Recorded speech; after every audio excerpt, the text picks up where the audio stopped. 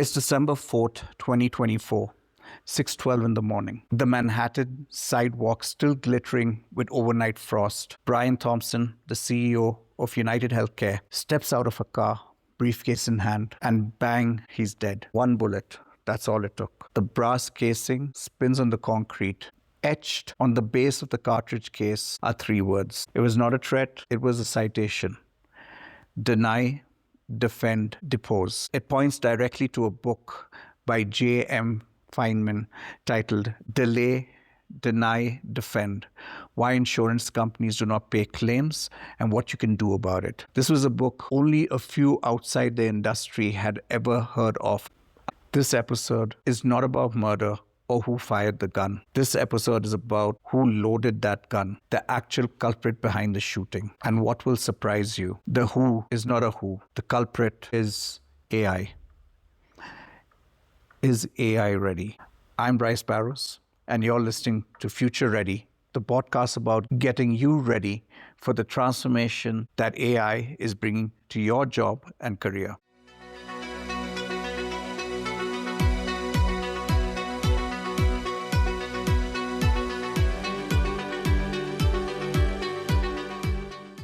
Hi, the above shooting was for real. I didn't make it up.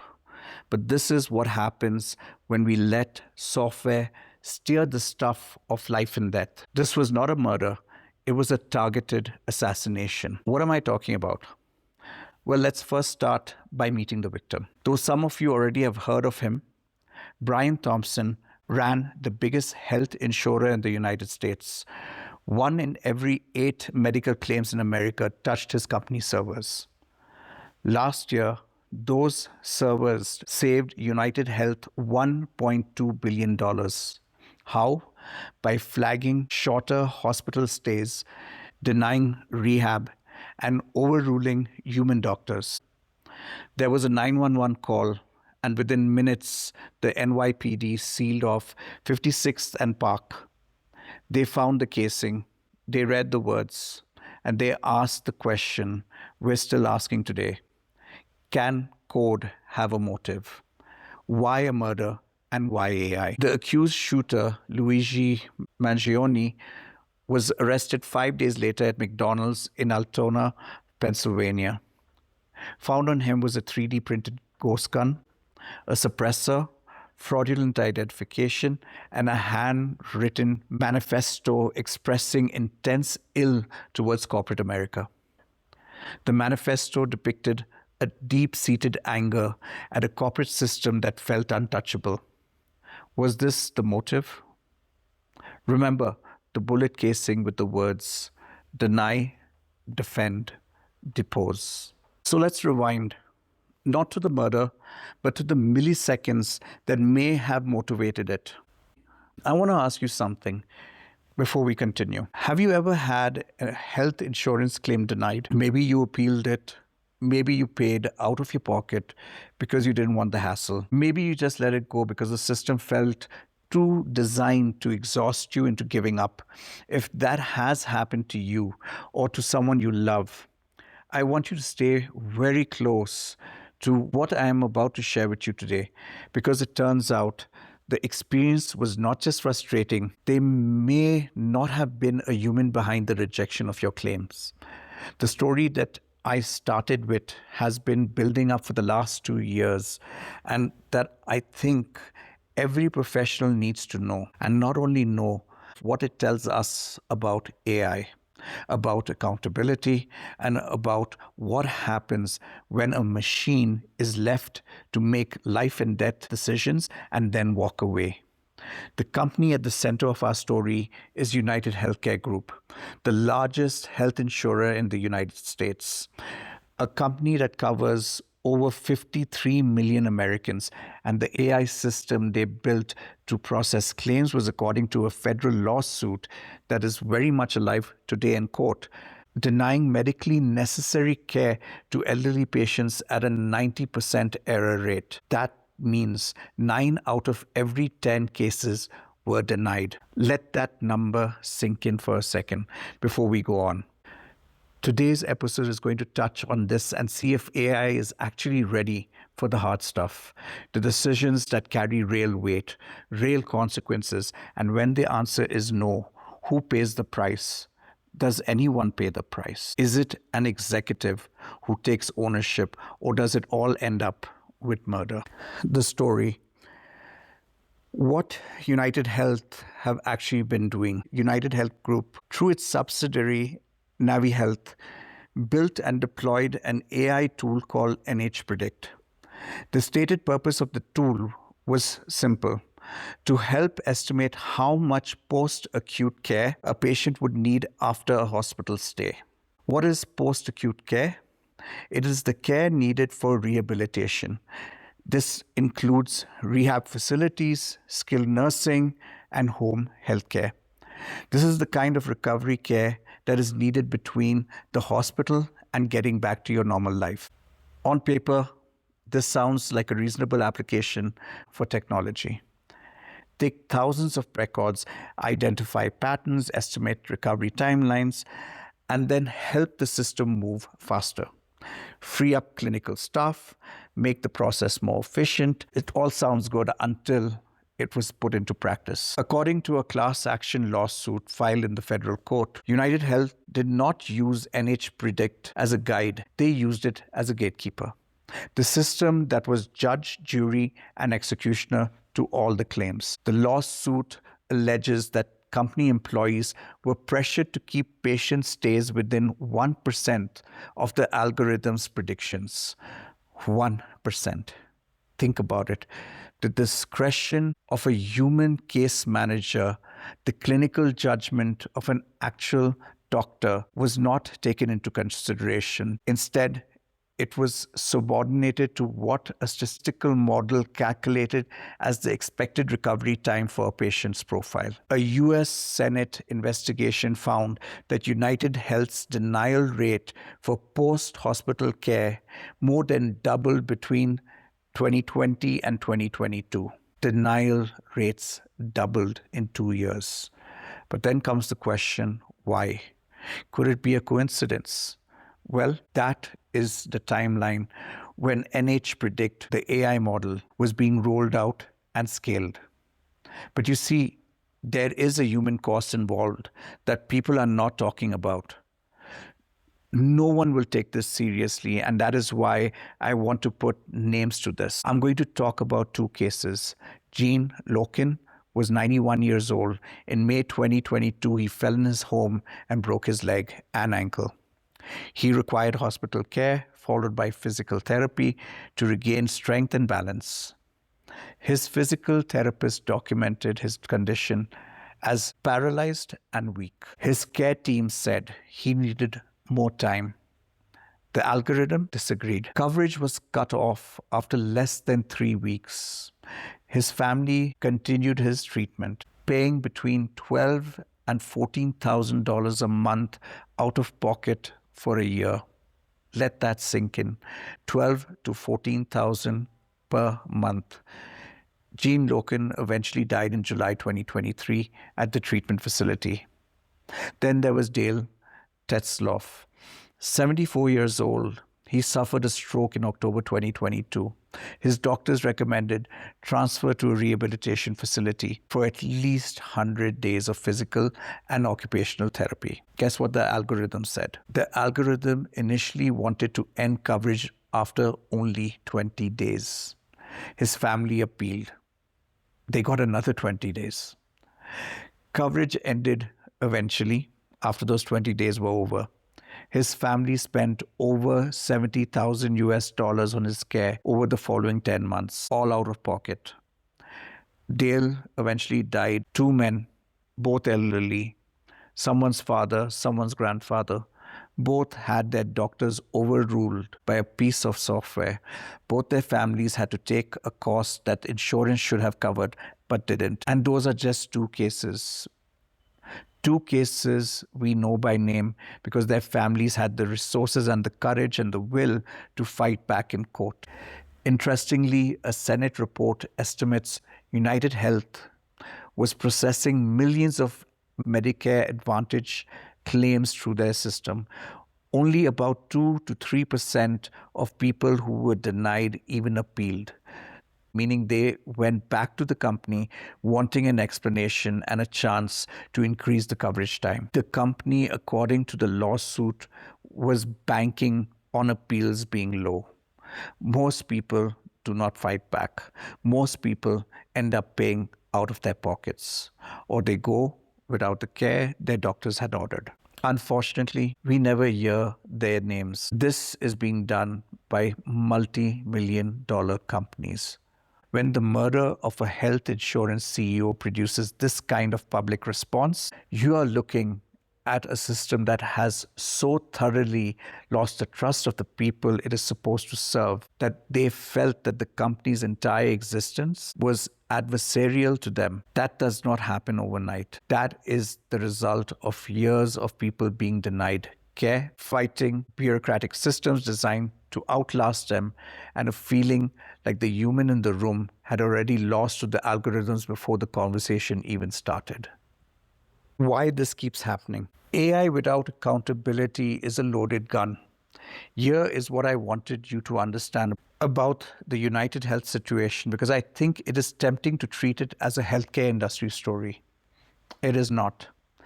It is a pattern that is playing out across multiple industries, and the professionals in this audience are either going to be on the receiving end of it or in a position to do something about it. The pattern goes like this. A company identifies a high-cost process. It deploys AI to automate that process and reduce cost. The AI produces outputs at scale. Humans are technically still in the loop reviewing the AI's recommendations, but the volume is so high, the pressure to hit targets is so strong, and the outputs are so authoritative looking that the human review becomes a formality, just a rubber stamp. And when the machine gets it wrong at scale, the damage is catastrophic. Not because AI is malicious, it's because AI optimizes for whatever objective it is given. And the objective United Health gave, it was for cost reduction and not patient outcomes. United Health is not alone. I want to widen the lens here because United Health is the most visible example, but it is not the only one. There are other companies that are equally at fault who have built AI systems to allow doctors to reject insurance claims in bulk, sometimes hundreds or thousands at a time. Some of these companies have rejected thousands of claims, and the average time a doctor spends reviewing each claim before rejecting it is as low as 1.2 seconds. Not minutes, seconds. That is not a doctor reviewing a claim. That is a doctor clicking approve on every claim that an algorithm generates. AI screws up, and we don't realize it until it is too late. This is not only the healthcare sector. In the legal world, there has been so many cases. Multiple federal courts have now sanctioned attorneys for submitting briefs containing citations to cases that never existed. That is what is known as AI hallucinations. Complete case names, date, judgments, all fabricated, all delivered with the same confident, authoritative tone that real citations have. The lawyers trusted the outputs. They did not verify it, and in at least one case involving 30 defective citations in a single filing, the judge was not amused. Different industries, different stakes, but the exact same failure. Failure because of the architecture. AI operating with insufficient human oversight, producing confident outputs that were wrong, and humans were either too overwhelmed or too pressured or too trusting to even catch it on time. So here is the question that sits at the heart of all of this, and I want to ask it plainly because I think it is the most important question in the AI conversation right now. What is this question? When AI makes a decision that costs someone their health, their freedom, or their life, who is responsible? Is it the company that built the algorithm? Is it the executive who deployed it? The employees who were pressured into following it? Who is responsible for this? Right now, there is no clean answer. And that ambiguity is not accidental. It is one of the things that makes AI deployment so attractive to organizations that want the efficiency gains without the accountability exposure. You can always point at the algorithm, always blame the AI. You see, the algorithm has no face, no conscience, and no liability. However, United Health's lawsuit is one of the first major attempts to pierce that veil. The federal court has already ruled the case can proceed on breach of contract and breach of good faith grounds. The outcome of this litigation is going to set a precedent for how AI accountability works in consequential domains. And every organization currently deploying AI in the ways that affect people's lives is watching it very, very carefully. Why is this actually good news for your career? This all leads me to a shocking comment by OpenAI CEO Sam Altman. OpenAI is the makers of ChatGPT. I want to bring this up because it connects directly to the fear many professionals have about AI and their careers, and about whether AI is really ready to take over. Altman has suggested that his own successor at the company might one day be AI, not a human, an AI running one of the most consequential technology organizations on this planet. He has also talked about a future where billion-dollar companies will operate with 2 or 3 human staff working alongside AI systems. And look, I understand the intellectual argument for it. Just imagine an AI leader with no ego, no fatigue, no bad days, no cognitive bias, processing data at machine speeds, modeling every strategic scenario, executing with perfect logical consistency. On paper, it sounds amazing. It sounds formidable. But here is the question. The United Health story forces us to ask about the vision. What happens when the AI CEO's cost optimization objectives conflicts with the well-being of the people the organization is supposed to serve? What happens when efficiency and ethics point in different directions? A human CEO, whatever their flaws, can be held accountable. They can feel the moral weight of a decision. They can walk into a room full of people whose care has been cut off and look them in the eye. They can be shamed, sued, fired, or prosecuted. And sometimes, just sometimes, that possibility of accountability is the thing that keeps the worst decisions from being made in the first place. And AI has none of that. And the United Health story is what happens when the human around the AI abdicate their responsibility to provide it. Let me be very direct about something, because I think this is the core message I want you to walk away with today. AI is extraordinary at pattern recognition, at speed, at synthesis, at generating options and outputs faster than any human team can. I use it every single day, and it makes me sharper and more productive. I genuinely believe in its potential, but there are things that AI cannot do, and they are not small things. They are the things that define what good leadership, good governance, and good professional practice actually looks like. AI cannot feel the weight of a decision. It cannot look at a 91-year-old man with a broken leg and see his doctor's notes. It cannot be afraid of getting it wrong in the way a good professional is afraid of getting it wrong. And the fear that professionals weigh is not a weakness. It is the mechanism that produces due diligence. The professionals who are going to thrive in the next decade are not the ones who fight AI. They are not the ones who pretend that AI does not exist. They are the ones who understand what it can and cannot do. They are the ones who will use it where it adds genuine value and who provide the oversight, judgment, and accountability that AI cannot provide for itself. The United Health story may be a year or so old. AI has not stopped improving. It is learning and improving. And from what we are hearing in 2026, AI is starting to show more judgment and decision-making capabilities. Is it at a human level? No. But the question is, will it fake it until it makes it in the future? You see, only time will tell. Should we trust them with the big things? I don't think so. And that is why I brought it up in today's podcast episode. In fact, all that is happening is an eye-opener for what is to come and how we adapt to it. I remember while growing up, there was this cartoon I used to watch called The Centurions. Maybe some of you would remember it. It was about 3 men and a dog who were part of a special military unit that would end up becoming part human and part machine.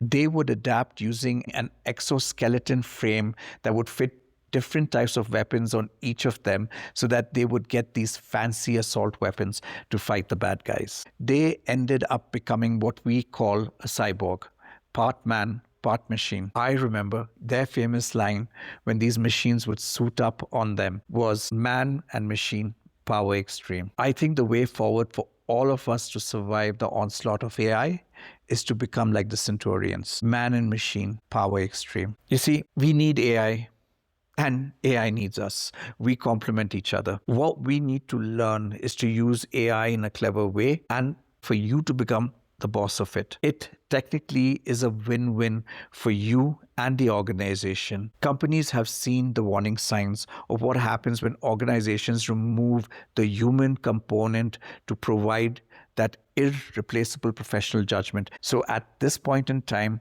early Q2 2026, I feel that this harmony of you and AI is the perfect way to move forward. The shift from knower to learner to judge. Now, here is the next evolution of that frame.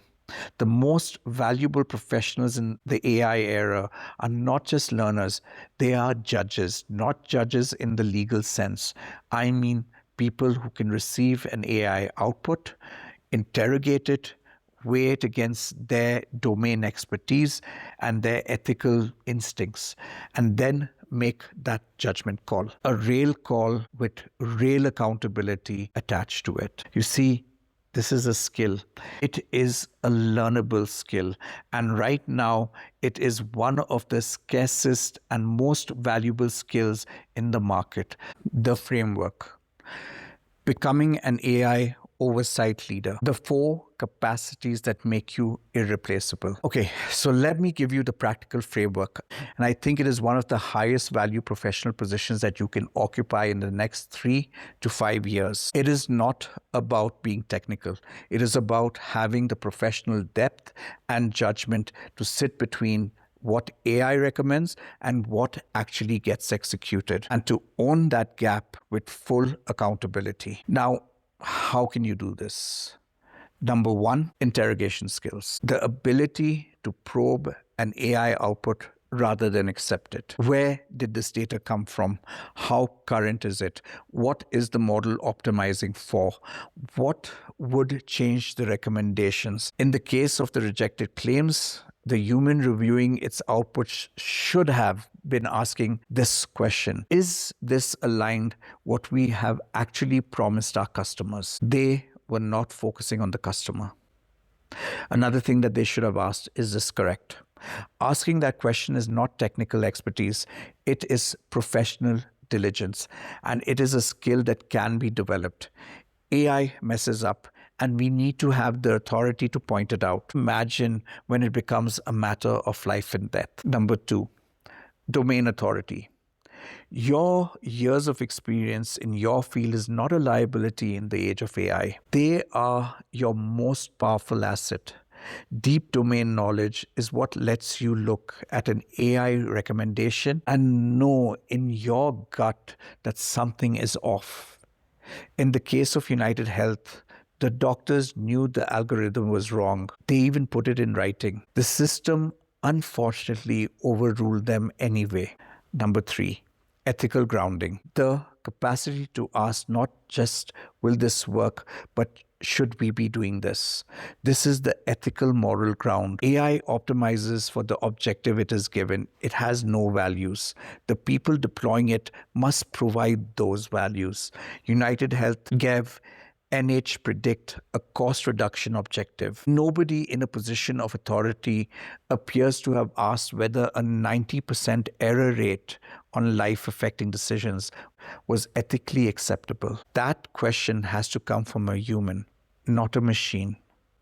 Number 4, accountability ownership. Now, this is the big one. When something goes wrong in an AI assisted process, there will always be pressure to blame the algorithm. The professionals who will be trusted and genuinely valued are the ones who say, I was responsible for overseeing this process and I own the outcome. That kind of ownership is rare. It is uncomfortable, and it is exactly what organizations will need as they face the legal and regulatory consequences of AI failures at scale. Here is how to build this profile starting now. Just 3 moves. You can start this week. First, identify where AI is making consequential recommendations in your current organization or sector. Not just where it is being used, but where its outputs are affecting real outcomes for real people. This is where the oversight gap lives. That is where your value proposition sits. Second, develop a point of view on AI governance in your specific domain. What are the failure modes? What are the guardrails that do not exist but should? Write down a 600-word LinkedIn article with a specific grounded perspective from someone with real domain experience will land differently than anything a junior analyst can produce. It is because you have the credibility to back you up. The third one, put yourself in the rooms where AI governance decisions are being made. Volunteer for the implementation working group. Raise your hand for the ethics review committee. These are the rooms where influence is being built right now, and the people who show up with genuine judgment and domain expertise and authority are going to have an outsized impact on how their organizations navigate this. So here's the bigger picture. Let me zoom out for a minute before we close. The United Health story, the lawyers submitting fake court cases, and the AI CEO conversation. These are not isolated incidents. They are early data points in a pattern that is going to define the next decade of professional life. AI is being deployed in consequential context faster than governance frameworks, legal accountability structures, and human oversight capacity can keep up. And in every case where that gap causes serious harm, the question that gets asked afterwards is always the same. Where were the humans who should have caught this? Right now, in most organizations, those humans either do not exist or are too overwhelmed to function or have been systematically pressured out of the process by the same efficiency imperative that drove the AI deployment in the first place. Filling that gap is not a technology problem. It is a human leadership problem, and it is the most important professional opportunity of this moment. Sam Altman himself said a couple of years ago that AI will not replace humans, but humans who use AI will replace those who don't. I believe in his statement. Well, at least for the next couple of years. But I would also like to add more to what he said. You see, AI will not replace humans, but humans who use AI will replace those who don't. The humans who will truly lead the AI era are not just the ones who use the tools. They are the ones who govern them, who own the decisions that come out of them, who have the judgment and the courage to say, when it matters most, the machine got it wrong. I'm not signing off on this. That is not a job description for a technologist. That is a job description for an experienced professional with real domain expertise. real ethical grounding, and the confidence to act on their judgment, even when a very sophisticated algorithm disagrees. That job description is yours for the taking. So let me bring this home, my friend. United Health got into trouble because it trusted an AI judgment call. It was wrong. That did not happen because AI was evil. It happened because an organization deployed a powerful tool, pointed it at a cost reduction objective, and systematically removed the human judgment that was supposed to stand between the algorithm and the people that it was supposed to help. The humans who were left in the process were given no real authority to deviate from the machine. They just became rubber stamps. And the machine got it 90% of the time wrong. You see, AI is not coming for your job. Well, at least not for the moment, and not the jobs that matter most. The jobs that matter most are the jobs that require judgment, ethical grounding, domain expertise, and the courage to own an outcome that is still very much yours. In fact, as we watch in real time, these jobs are becoming more critical with every AI failure that makes the news. Know your value, deepen your judgment, stay in the process, and never let the speed of the machine replace the quality of your thinking and your work. That is what being future ready looks like. If today's episode gave you something to think about, I would love for you to share it with someone who needs to hear it. Subscribe if you have not already. And if you are serious about building your future ready strategy, come and find me at brycebarrows.com and set up a free one-on-one session to see if your job is in jeopardy with the changes that AI is bringing. Do this as soon as you can, or you will end up like a friend of mine who just lost their job. Had she spoken to me just a couple of months or two earlier, I could have guided her to pivot and may have helped her retain her job. Please don't wait, because at the pace things are changing, you could lose your job at any time.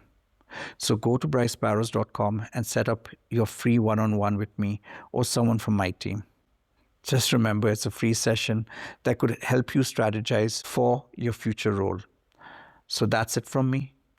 The new episode will be coming on April 14, 2026.